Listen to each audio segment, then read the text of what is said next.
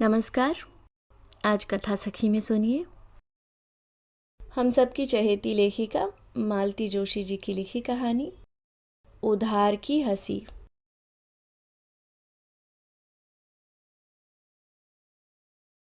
जैसे ही स्टोर से बाहर निकली उसका मन बैठने सा लगा। वैसे उदास होने का कोई कारण तो नहीं था। खरीदारी मन के लायक हो गई थी। उसके थैले में खूबसूरत शर्ट पीस था। वह लाला की दुकान में ही मिल गया था। नवीन पर रंग कितना खिलेगा, यह सोच सोच कर ही वह पुलकित हो गई थी। पर कपड़ों की उस रंग बिरंगी माया नगरी से बाहर निकलते ही यथार्थ उसके सामने मुंह चिढ़ाता सा खड़ा हो गया। इस कपड़े को लेकर उसे किन किन तूफानों से गुजरना होगा, इसका एहसास होते ही वह पछतावे में डूब गई। सच, इतना ताव नहीं खाना चाहिए था उसे। कहा सुनी तो घरों में होती ही रहती है। इस बार फिर जन्मदिन को लेकर चकचक हो गई थी। धूमधाम से उत्सव मनाना तो कब से छूट गया था। फिर भी उन लोगों ने नियम सा बना लिया था कि तीज त्योहार चाहे छूट जाए, पर बच्चों को वर्षगांठ पर जरूर एक जोड़े कपड़े बनवा कर देंगे। उसी बहाने कुछ बन जाता है। सुबह खाना लगाते हुए उसने दबी जबान से पति से कहा था, सुनो, अब नवीन बड़ा हो गया है, कॉलेज जाने लगा है, बराबरी वाले 4 लड़कों के बीच उठता बैठता है। इस बार उसे अपनी मर्जी का कपड़ा खरीदने दो। उसकी और हमारी पसंद अब मेल नहीं खाती। वे अच्छी तरह समझ गए थे कि रमा के मुंह से यह कौन बोल रहा है, इसलिए कुढ़कर बोले, उसकी पसंद ही देखूंगा मैं या अपनी जेब भी देखूं। फिर नवीन को आवाज देकर बोले, शाम को तैयार रहना, दफ्तर से लौटने के बाद चलेंगे। नवीन थोड़ी देर तक असमंजस की मुद्रा में खड़ा रहा। फिर घुटी घुटी सी आवाज में बोला, लाला की दुकान पर अच्छा स्टॉक नहीं है, लेकिन बेटे उधारी तो वहीं चलती है। नवीन इस बात पर मुंह लटकाकर बाहर चला गया तो वे भड़क उठे, देखो अपने राजकुमार को समझा लो, या तो कॉलेज की पढ़ाई कर ले या कपड़े पहन ले। गरीब आदमी हूं मैं, ये दोनों काम मेरे बस के नहीं हैं। बात वहीं समाप्त हो जाती, तब भी गनीमत। पर पिता के जाते ही नवीन लौट आया था और बकने लगा था। पता नहीं कितने दिनों का संचित आक्रोश उसकी बातों में फूट निकला था। कुछ देर तक तो वह सब्र किए रही, पर जब सुन सुनकर कान पक गए तो उसने धीरे से कहा, जिद नहीं करते बेटा, इस समय सिर्फ पढ़ाई पर ध्यान देते हैं। पहनने ओढ़ने के लिए तो जिंदगी पड़ी है। पड़ोस के राजू को देखो, उसका तो कोई शौक कभी पूरा नहीं हो पाता, फिर भी पढ़ रहा है ना, अगले साल डिप्लोमा ले लेगा। नवीन जैसे एकदम फट पड़ा, बार बार उसकी तुलना क्यों करती हैं मुझसे? क्या मैं भी उसकी तरह उतरन पुतरन पहन लूं? बाप नहीं होते? पप्पू, वह चीखी और फिर सहम गई। क्या करने जा रही थी वह? इतने बड़े लड़के पर हाथ उठा रही थी। पर उसने भी तो कितनी भयानक बात कही थी, याद करके अब भी रोंगटे खड़े हो गए थे। वह खुद भी शायद बहुत शर्मिंदा था। जरा सा मुंह जुठार कर बाहर निकल गया था। उसके जाते ही रमा का रोष ममता में बदल गया था। सच तो है, पिता का साया सिर पर होते हुए भी बच्चे जरा जरा सी बात के लिए तरस जाए, यह अच्छा लगता है क्या? आज वह उसके लिए खुद कपड़ा लेकर आएगी, बाद में चाहे उसे 100 बातें सुननी पड़े। हमेशा की तरह लाला ने खीसे निपोर कर स्वागत किया, कुशल क्षेम पूछी और कपड़ों के थान खोलने शुरू कर दिए। साथ ही मशीनी अंदाज में हर एक की गुणवत्ता पर कमेंट्री भी। वे ही पुराने रंग, बासी डिजाइन 20 बार देख चुकी है वह। पप्पू ठीक ही तो कहता है, लाला के पास ढंग का स्टॉक ही नहीं है। लाला जी, बमुश्किल तमाम उन्हें बीच में रोककर उसने पूछा, इससे अच्छे में का नहीं है? मेरा मतलब है टेरिकॉट, पॉलिएस्टर, जाने क्या क्या तो नाम है। वैरायटी तो अपने यहाँ हर किस्म की मिलेगी बहन जी, पर ज़रा ऊंचे में मिलेगी। दिखाऊं? दिखाइए तो, बच्चे के लिए चाहिए। अपना पप्पू अब कॉलेज में पहुंच गया है ना, उसने सूचना दी। वात्सल्य के आवेग में उसे यह भी याद नहीं रहा कि नवीन को पप्पू नाम बिल्कुल पसंद नहीं है, और घर में तो यह शब्द वर्जित ही हो चुका है। अपनी भारी भरकम काया को समेटते हुए लालाजी उठे और कुछ बंडल निकाल लाए।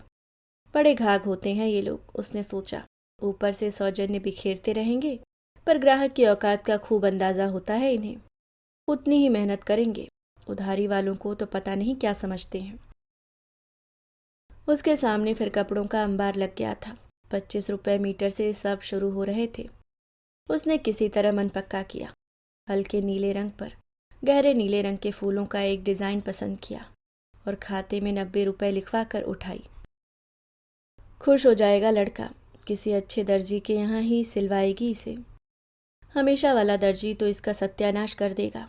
सिलाई कम लेता है तो क्या, काम भी तो उसी गत का करता है।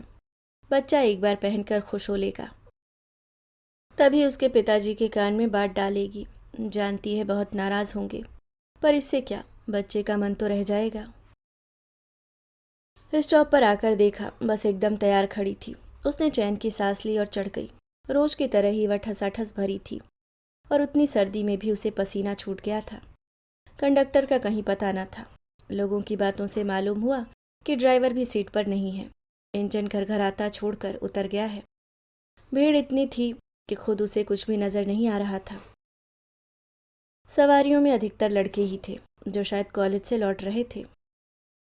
इन कॉलेजों की भी अजीब माया है, जब देखो तब छुट्टी हो जाती है। पप्पू हर दिन घर लौटकर बताता है, आज जीटी हो गई। गुड़िया बेचारी कई दिन तक यही समझती रही कि अंग्रेजी में छुट्टी को जीटी बोलते हैं। और झूठ क्यों बोले, वह खुद भी तो बहुत अरसे तक ऐसा ही कुछ सोचती रही थी। उसने एक बार पूछा भी था, क्यों रे, ये जो रोज रोज तुम्हारी जीटी हो जाती है तो पढ़ाई कब होती है? पढ़ाई कोई कॉलेज में थोड़ी होती है, सब ट्यूशन से पढ़ते हैं। तुम भी सोच लो बेटे कुछ, नहीं तो साल बर्बाद हो जाएगा। उसने मन ही मन बजट को तौलते हुए कहा। 11वीं के लिए आखिरी 3 महीने ट्यूशन लगवाया था, तब घर डवाडोल हो गया था। अपन क्या पढ़ेंगे माँ, नवीन ने सारी दुविधा समाप्त करते हुए कहा था। जानती हो एक विषय के 100 रुपये लगते हैं। 100? उसकी आंखें फटी की फटी रह गईं। 100 तो सिर्फ पढ़ाने भर के होते हैं। नवीन ने माँ पर तरस खाते हुए कहा, 200 दें तो पेपर आउट हो जाता है। 250 वाले तो पास कराने का जिम्मा भी ले लेते हैं। यानी कि एकदम सौदेबाजी है, उसने अस्फुट स्वर में कहा और चुप हो गई। यहाँ तो कॉलेज की फीस ही भारी पड़ती है, लोग ट्यूशन कैसे लगवाते होंगे, और ना लगवाएं तो बेचारे करें क्या, बच्चों का भविष्य भी तो देखना होता है। भड़ भड़ भड़ लड़के बेसब्री में बस को बुरी तरह पीट रहे थे। वे एक सिरे से दूसरे सिरे तक छाए हुए थे और वहीं से ऊंची आवाज में बातें कर रहे थे। बातें क्या, बस फिक्रेबाजी हो रही थी। उनकी लपेट में नेता अभिनेता, लड़कियां, प्रोफेसर्स सभी आ रहे थे। दूसरी सवारियां असहाय मुद्रा में इस लफाजी को झेल रही थीं, ऊब रही थीं, कुढ़ रही थीं। क्लास में तो बच्चों के गले से आवाज नहीं निकलती, घर पर देखो कैसे पटर पटर बोलता है। एक आवाज उभरी, घर पर भी नहीं बोलेगा तो तुम गर्दन नहीं मरोड़ दोगे उसकी? गिनकर रखवा लेता है हर महीने, उसका भी लिहाज नहीं करेगा क्या? यह आवाज उसे जानी पहचानी सी लगी। उसने पंजों के बल उछक कर देखा। उसका अंदाजा ठीक ही था, वह पड़ोस की मिसरानी काकी का राजू ही था। सभापति किसी शान से बोनट पर बैठा हुआ था। उसका सतरंगा स्वेटर अलग से ही चमक रहा था। राजू की शक्ल भी न दिखाई देती तो भी वह उसे पहचान लेती। ऐसा स्वेटर हर कोई नहीं पहन सकता। वह कोई देसी स्वेटर थोड़े ही है, ठेठ इंग्लैंड से आया है। उसे डर हुआ, राजू ने कहीं उसे देख न लिया हो। यहाँ नहीं भी देखा हो तो स्टॉप पर उतरते समय तो भेंट हो ही जाएगी। बेचारा लड़का संकोच में डूब जाएगा। यहाँ अपने हमउम्र दोस्तों के साथ हंस बोल रहा है, कुछ उल्टा सीधा मुंह से निकल ही जाता है। वह सामने पड़ जाएगी तो पानी पानी हो जाएगा।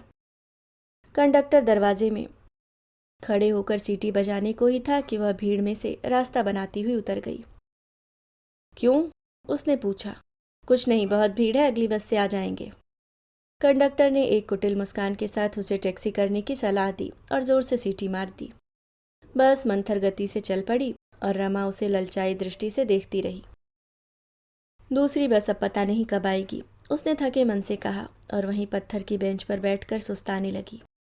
बस की हड़बौंग के बाद सड़क का यह शोर कितना शांत लग रहा था। वहां तो मरे कान फोड़ डाल रहे थे। उसने सोचा। एक बार फिर उसकी आंखों में राजू का चेहरा घूम गया। घर पर कैसा घुन्ना सा बना रहता है और अभी कैसे छत फाड़ ठहाके लगा रहा था।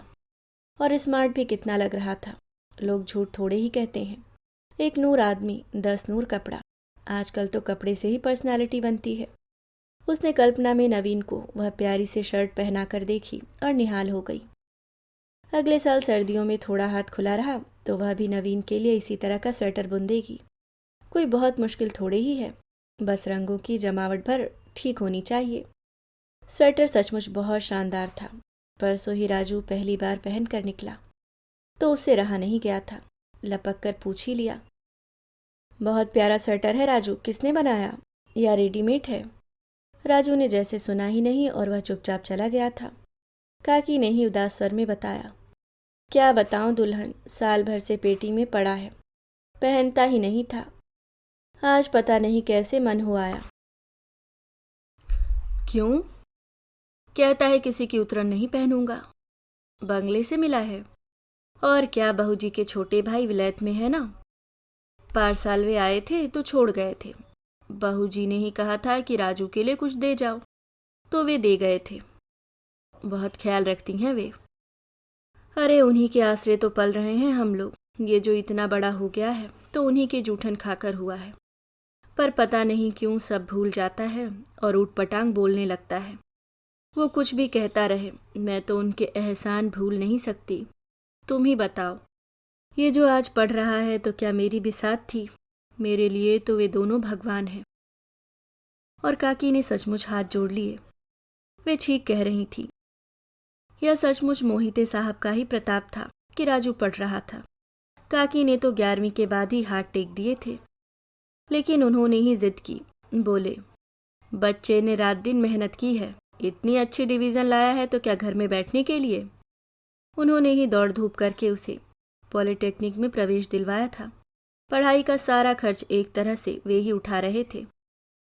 अपने करने का उन्हें कुछ गुमान हो कि न हो, पर काकी तो बिना मोल बिक गई थी।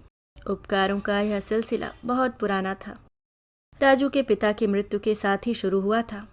उस समय मोहिते साहब के भी बच्चे छोटे छोटे थे। उनकी पत्नी को भी एक सहारे की जरूरत थी। एक बार छुट्टी से लौटते हुए वे गांव से काकी को ले आए और बंगले से लगे सर्वेंट क्वार्टर में टिका दिया। नौकरी करने ही आई थी काकी, पर उस घर में उन्हें हमेशा बड़े बूढ़े का सम्मान ही प्राप्त हुआ। राजू पर तो वे विशेष कृपावान थे। उसकी मेधावी बुद्धि को लक्ष्य कर उन्होंने पढ़ने के लिए प्रोत्साहन दिया।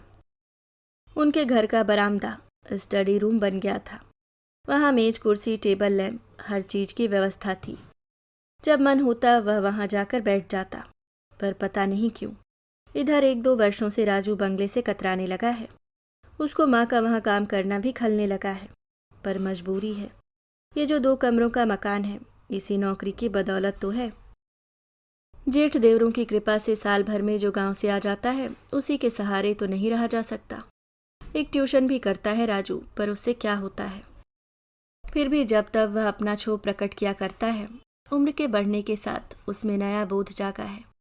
क्या कहेंगे इसे, स्वाभिमान या कोरा दंभ? अभी उसी दिन की तो बात है। बंगले पर कोई समारोह था। काकी पूरा दिन वहीं रह गई थी। हमेशा की तरह राजू के लिए पूरी थाली लगकर आ गई थी।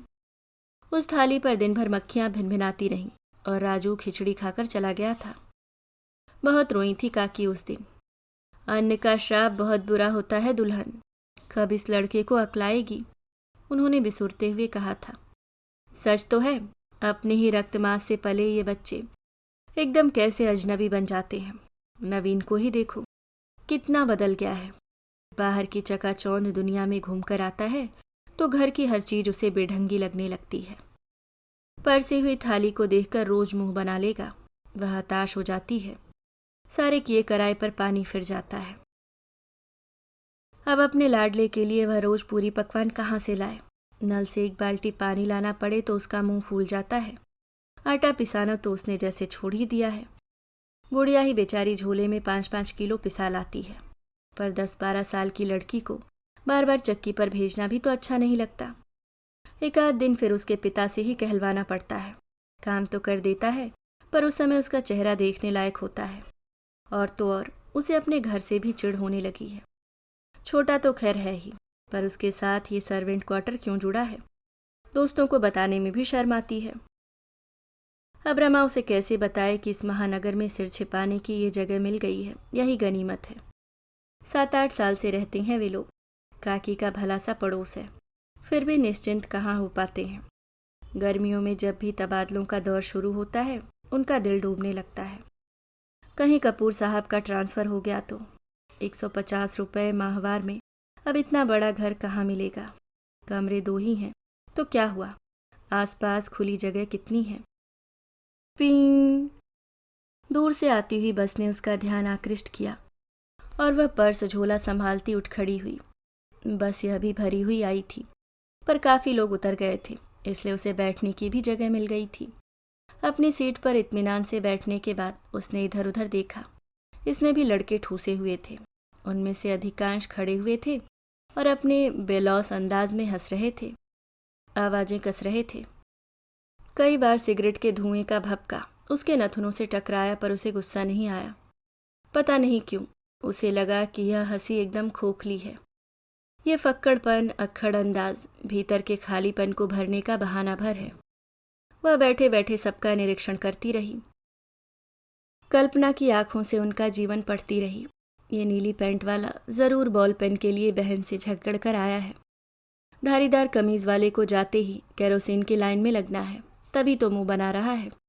सफ़ेद स्वेटर वाला जानता है कि गैस खत्म हो गई है, अब 2-3 दिन सिर्फ दाल भात पर गुजर करनी होगी। और ये कोट तो मुन्ना बड़े भाई का लग रहा है। और तुम्हारी ये पैंट दीदी छुप कर दे गई थी ना, जीजा जी की है, उलटवा कर बनवाई है। और श्रीमान जी आज सुबह पापा से झड़प हो गई थी ना, फीस के पैसे ही तो मांग रहे थे तुम, पर पापा लोगों को भी ताव जल्दी आ जाता है। ज़रा इनसे सीखो, पीले पुलोवर वाले से, कि मम्मी से सिनेमा के पैसे कैसे झटके जाते हैं, कैसे मस्का लगाया जाता है। मरे यूं ही दांत काढ़े जा रहे हैं।